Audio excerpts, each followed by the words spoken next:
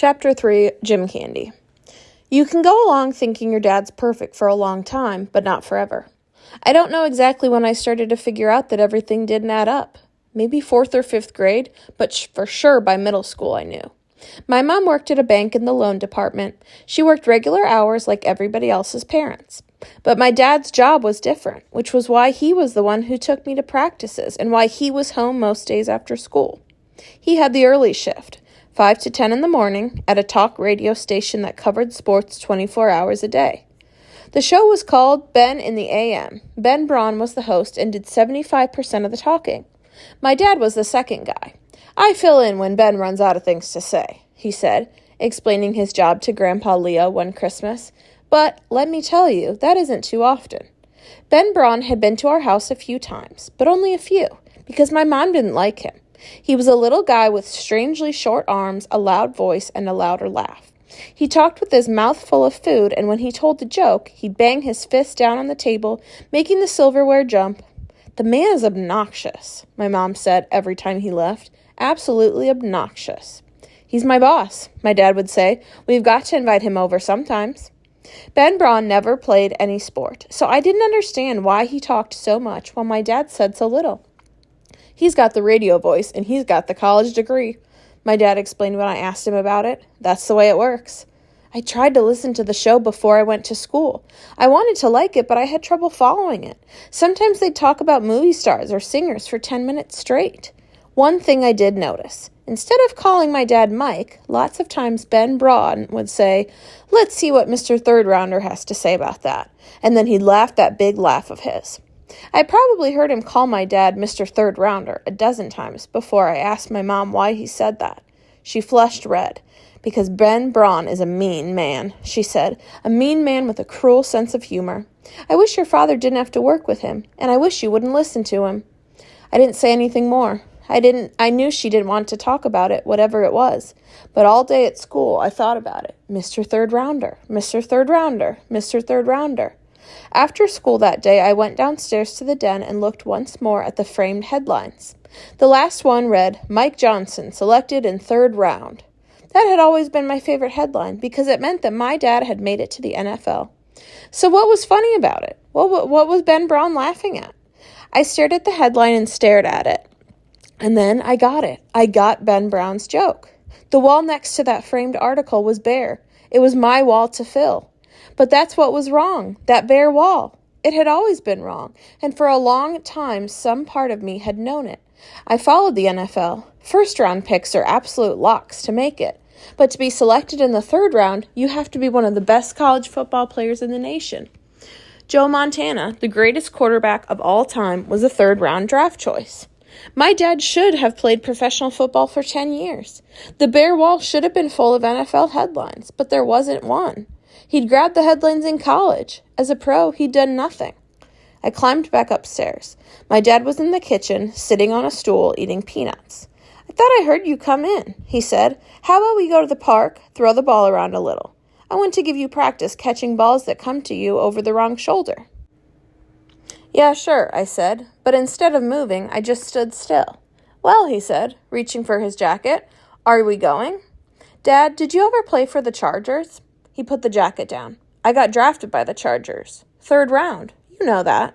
But did you ever play?" "A couple of preseason games, yeah." "And then what happened?" His voice went flat. "Then I sprained my ankle, a high ankle sprain, the worst kind. My foot turned purple from my toe to my calf. I tried to come back too early and I re-sprained it.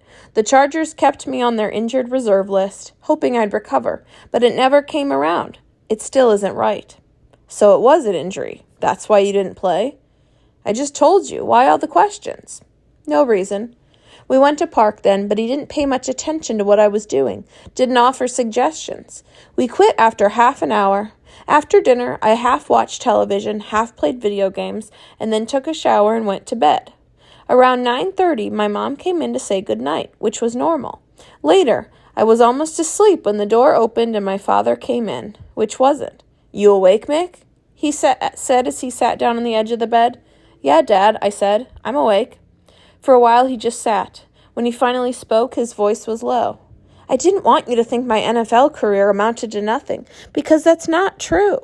The house you're living in, the bed you're sleeping in, the furniture, you know who bought those things? He tapped himself on the chest. I bought them, that's who. And you know how I bought them? I bought everything with my money from the San Diego Chargers. $500,000. That's what my signing bonus was. That's NFL money. Money I made as a professional football player. $500,000. That's not nothing, Mick, and don't let anybody ever tell you it is. You understand what I'm saying? Yeah, I understand, I said, a little frightened of him. All right, then, he said. Go to sleep. After he left, I lay in the dark, confused, not by what he had said, but by what he hadn't. For the first time, I understood that deep down inside, my dad was unhappy. I'd always bragged some to the guys at school and on my teams about what a great football player my dad had been. It makes no sense, but after that night, I bragged more than ever. Every one of his stories grew in my retelling. If he had told me that he broke 4 tackles and scampered 33 yards against Stanford, or turned a 5-yard swing pass into a 25-yard touchdown against Oregon, then I told my friends that he broke 6 tackles and raced 48 yards against Stanford and broke a 60-yard touchdown pass against Oregon. You'd think I would have kept my mouth shut. Chapter 4. In 7th grade, my teacher, Mr. Pengilly, a little guy with a wispy beard that made him look like a goat, had us write about our favorite activity. Mine was football, of course. I wrote that it was fun and that I liked to score touchdowns and hear people cheer for me. I turned it in, and a week later I got it back with an F at the top. You need to make the game come alive, he had written in the margin. This is dead. I'd never been a great student, but I'm a good student.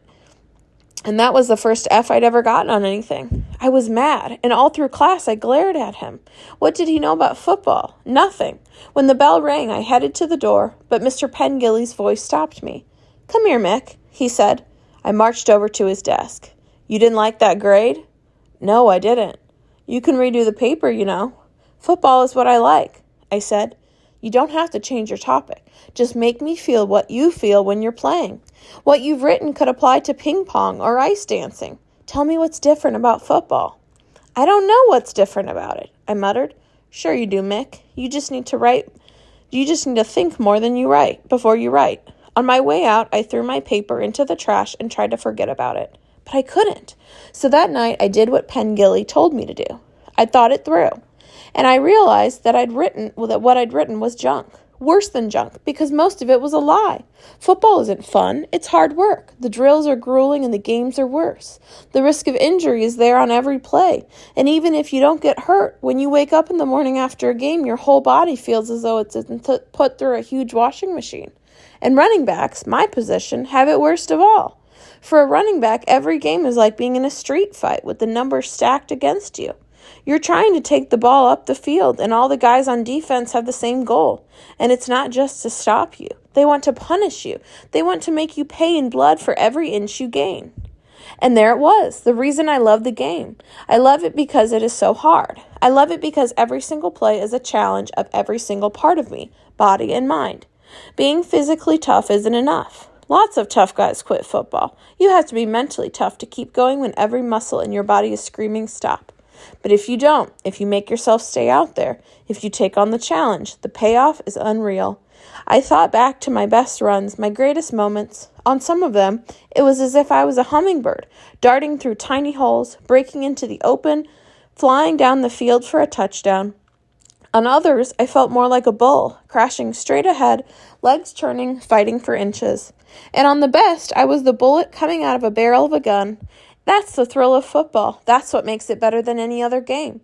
The speed and the power, the shifting from one to the other, the fighting through the pain, the fighting through the fear, the coming out on the other side, ball above my head, crowd roaring, touchdown, touchdown, touchdown. I took out a piece of paper and wrote it down as fast as I could, afraid I'd forget it. The next day I turned my paper into Mr. Pengilly, and the day after that he'd give it back to me with an A+ at the top. I felt it this time, he had written. Chapter 5. Sometimes I think I should have given that paper to my mom, because that was the year she stopped coming to my games. I knew she never really liked them. I knew she was afraid I'd get hurt. I knew she'd felt the same way when my dad had played. Still, she'd always been there. That changed after my last game of my 7th grade season in Pop Warner. My team was behind 20-16 with less than a minute left. Our defense had stopped the Magnolia team around the 50-yard line, and my coach sent me in to return the punt. "We need a big run back," he screamed. My punt was high and short, dangerous to return because a slew of tacklers would be in my face.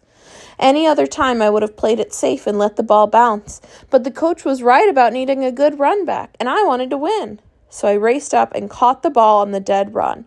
I'd taken one step when one of the guys on the other team leveled me, driving his shoulder right into my gut. My helmet popped off my head and I went down as if I'd been shot. They had to use smelling salts to get me to my feet.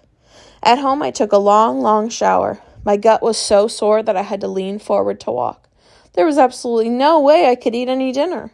So I hobbled into my room, stretched out on my bed, and turned the TV to ESPN. I didn't even know what game was on because I was in too much pain to pay attention. Instead, I let my eyes wander all over the posters of running backs I have in my room. They go from wall to wall and even cover the ceiling. Jim Brown, Gale Sayers, Eric Dickerson, Emmitt Smith, Barry Sanders. You name him and I've got a poster. I closed my eyes and pictured each of them in action. The pure power of Brown, the grace of Peyton, the high knees of Sayers, and then pictured myself doing the same thing. Pictured a poster of me up there on the wall next to them. My little daydream ended with when I heard a tap on the door. A second later, my mother pushed it open. "Come on, can I come in?" she said. "Sure," I said. She sat at the foot of the bed. "How do you feel?" "I'm okay," I said. "Just sore." She reached over and ran her hand across my forehead, pushing my hair back. I pulled away from her touch, embarrassed to be treated like such a child. She took her hand away and then followed my eyes to the posters. "You're not going to quit, are you?" "Quit what?" "Football." "Why would I quit football?" I asked. Then I understood. Just because of that tackle? "Mom, that was no big deal. I'm okay. I got my bell rung. It's part of the game." She nodded. "I knew you'd say that. It's exactly what your father would say." She paused. "Mick, I love you and I want to be part of your life, but I can't go to your football games anymore. I just can't. Every time you get tackled, I'm afraid you're going to be paralyzed or even killed. I want to run out in the field and grab you and pull you off." "That's crazy," I said. "Nothing like that is going to happen." "Mick, things like that do happen." "Well, they aren't going to happen to me." I looked at her and saw that her eyes were filling with tears. "It's okay, Mom," I said quickly. "You don't have to come to my games. I'll tell you about them afterwards. Or if you don't want to hear about them, that's okay too. Really." She leaned forward and kissed me on the head. "You can tell me about them," she said. "I just wanted you to know why I won't be there anymore." After my mom left, I tried to imagine quitting football the way she wanted, but I couldn't. What would I do if I didn't play football? I had nothing else that I cared about. Even more, what would I be if I didn't play football? Or who would I be if I didn't play football? The game was in my DNA. I needed it as much as I needed air to breathe.